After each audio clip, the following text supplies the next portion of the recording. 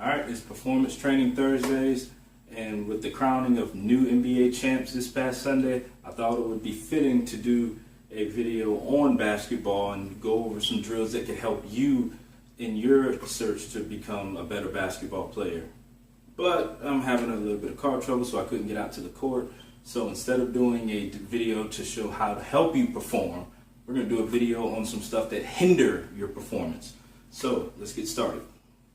So a lot of times we don't think about the things that can hinder our performance in sports. And the urban culture, and specifically basketball, football, they kind of go hand in hand. Things that are popular in the urban culture tend to be popular in basketball, football, as far as fashion goes. And one of the big things that has been a huge part of the urban culture since the early 90s, sagging your pants. And we all know what sagging is, wearing your pants below your waistline. And we don't think that that can affect us as far as performing in a sport, but it really can, and it can cause detrimental injuries to us that can keep us from playing at the best of our ability or even playing our sport at all. And I say this because when you sag your pants, you don't have the normal walking gait that you should, because now your pants are wanting to fall down, and to keep them from falling down, you usually have to stand with a wider stance or turn your feet out to the side to keep your pants from falling down. And this is just because of gravity. Gravity wants to pull them down and you're trying to keep them up, but you can't do that and keep your feet close together, because you do, as you walk, they eventually start to fall down. So to keep them from falling, you alter the way you stand, you alter the way you walk, so that you can keep pressure up against your waistline to keep your pants from falling down. But the thing is, when you do this and when you walk around like this, you're not just affecting your waistline, you're affecting the structure of your hips and your pelvis. Because now you have your feet pointed out in this direction to assist you with walking. Other muscles have to work to do the job to move your feet and keep your pants above your waist. And those muscles, often your hips, they're doing all this extra work. And one of the muscles that has to take a lot of this force is the sartorius. It's the longest muscle in the body. It comes from your hip and comes around and attaches to the inside of your knee. And if you're rotating your feet out, you're making this muscle work overtime to allow you to walk and keep your pants from falling down. And as it's overworking, that strain and stress is coming back down to the insides of your knees. So when you have all that extra tight tension up here in that upper hip from having your feet turned out like this so you can walk, that extra tension has to try to relieve itself somewhere else. And that's down here overstretching in the knee. Now, you don't think much of it because your muscles, as you do this over and over for any period of time, those muscles develop that, they get used to that, and it just becomes natural. Then you go from from sagging to not sagging, and you're still standing like this, you're still walking like this, you've altered your gait, you've altered your normal walking ability, so now this is natural to you. How does that affect you when you're playing sports? Well, when you run, you don't run like this. There's no way you can be fast running with your toes pointed out like this. Your muscles and your body just doesn't work like that. What you do when you're running, those toes point themselves in. It allows you to pick your knees straight up, move forward, and run the way you're supposed to. But when you have that tension now switching from really, really tight up here and really, really loose up here to really tight, and now it's being stretched out up here to really loose down here because there's no stability, there's no strength, because those muscles it isn't working down here the way it's supposed to. You've opened up the door for your knee to be unstable, and it opens up the door for more injuries to the knee. So one way to test and see just how tight your hip could be from sagging, one thing that you can try to do, try to cross your ankle over your knee.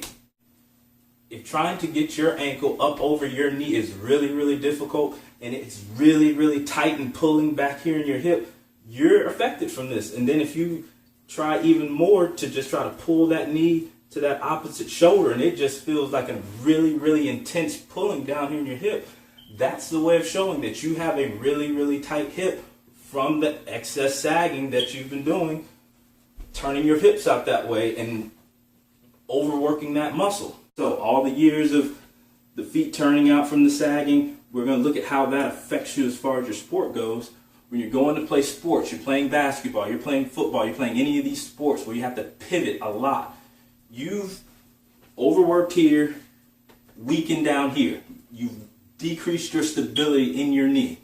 And you're down in these positions, you go to plant and push off, there's no stability in here. It can't control itself. It can't keep itself stable. And it gives because the muscles here are overstretched and underworked while the muscles back here are overworked and really tight.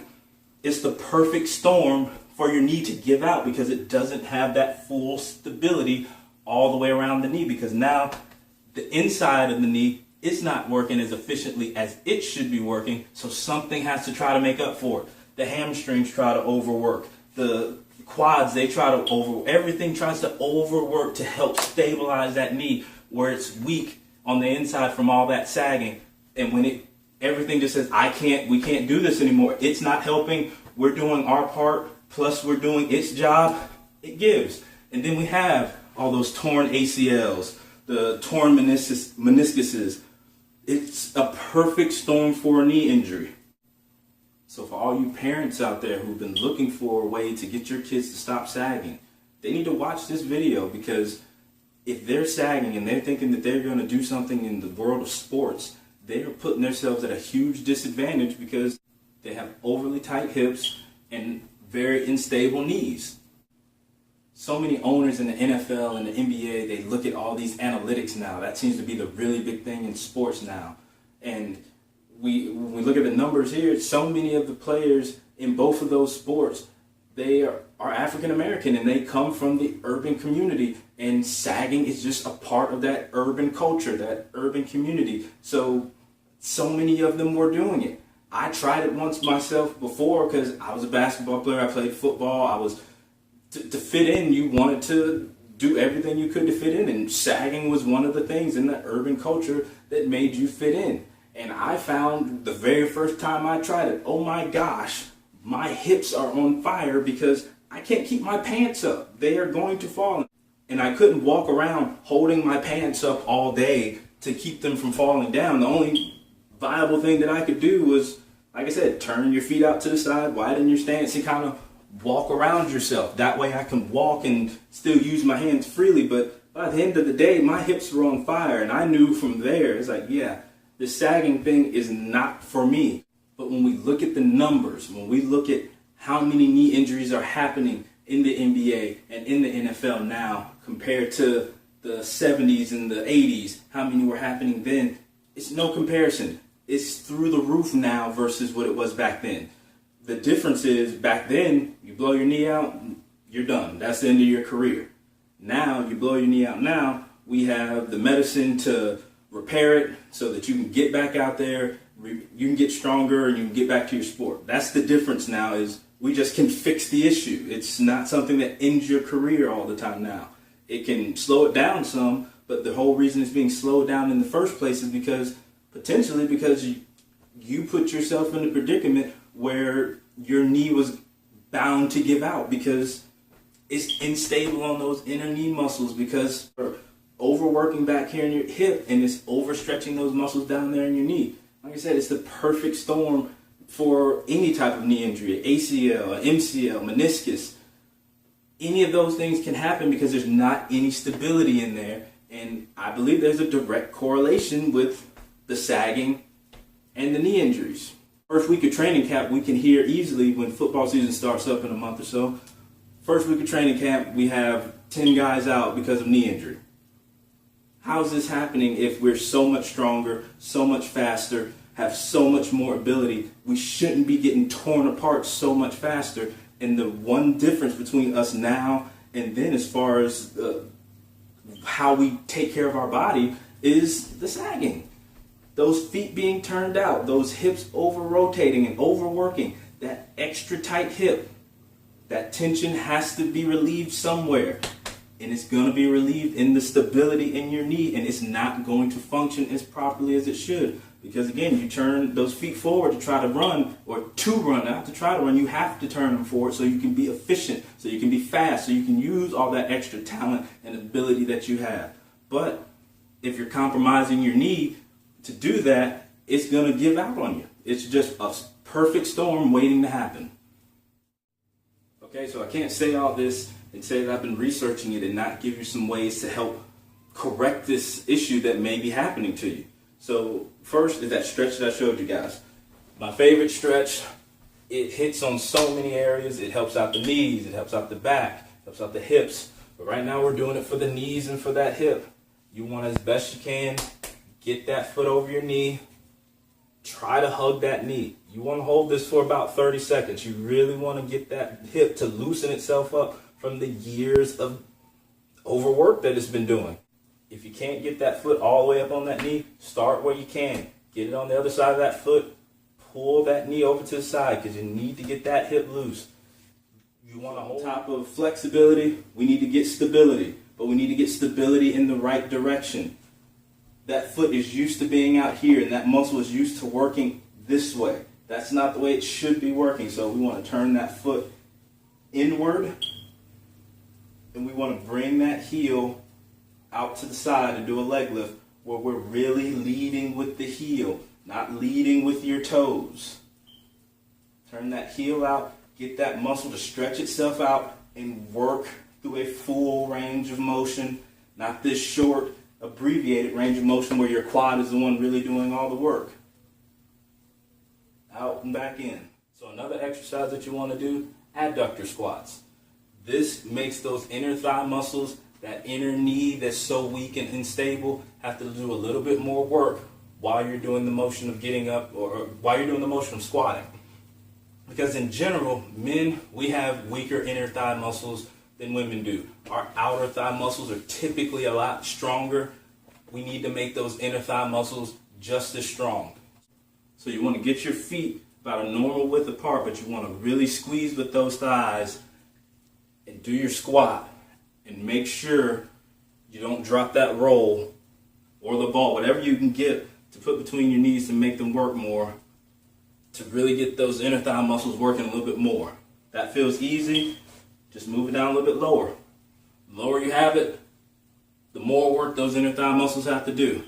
And the stronger you can get that inner knee so it's more stable while you're playing sports.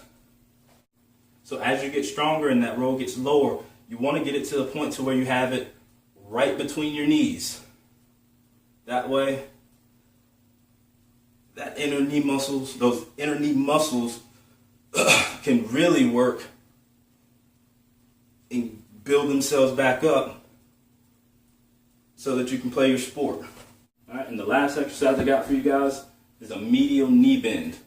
So you're going to take the foot that you're not working, you're going to prop it up behind you on a couch, on a chair, and what you're going to do, you're going to turn your toes slightly inward, and you're going to let your knee follow in towards your toes. We're going to make that medial part of that quad work a little bit more as we go in and try to strengthen the inside of that knee to help get that stability back from that sagging and that instability down there in that knee. You only go as far as you can tolerate. If you go and you get sharp stabbing pain with that, ease back a little bit, go where you can control it until you can get stronger and go further down into that squat. As you get stronger and that gets easier to do, you want to get to the point doing a one-legged forward squat. Going down where you can and coming back up. Making sure you're sinking that butt down and getting everything in that knee firing together. Because that's the ultimate goal, is for everything to be working together. So I hope this video gives you a reason to pull your pants up and you don't hinder your performance by something as silly as sagging your pants. Be fit, be functional, be blessed.